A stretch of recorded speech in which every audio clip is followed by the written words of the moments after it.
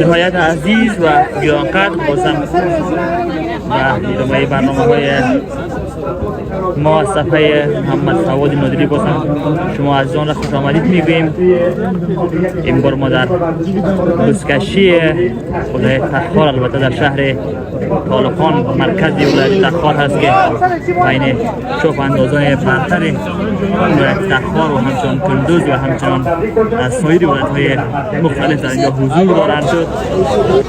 که تصویر می‌بینیم زبی کندوزی هم در میان چوب اندازان حضور دارند. زبی کندوزی چوب انداز خوب و نماشنای افغانستان ما هست.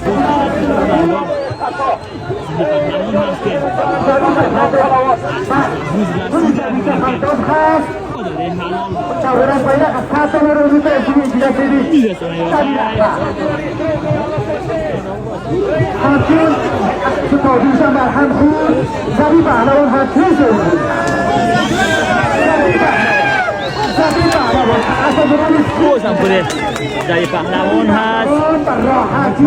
ببینیم که حال میشه یا خیر. بله زبی پهلوان بود که $100 امریکایی شناخته شد. زبی پهلوان یکی از شهرهای ولایت خان بود که $100 امریکایی شناخته شد. زبی پهلوان هست. باز هم باز در اختیار زبی پهلوان قرار داره. ببینیم که زبی پهلوان بله باز هم زبی پهلوان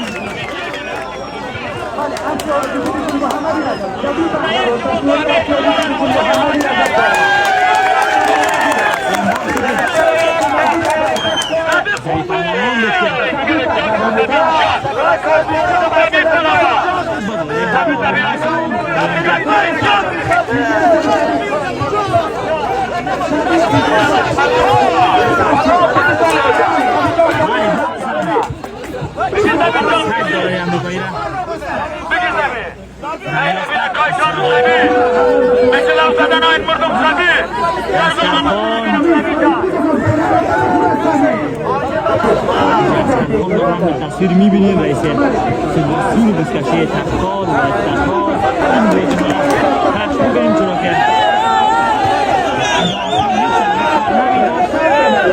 افغان بیشیم اتصالات و هیچ شبکه دیگری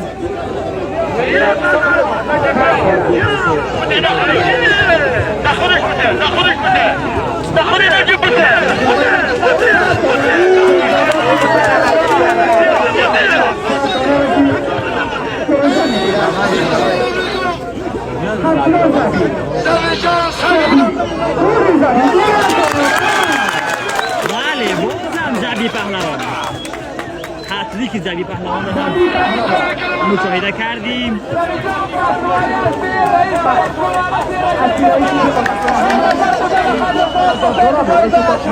این هم چهره زبی پهلوان کندوزی که مستحق $100 امریکایی شناخته شد.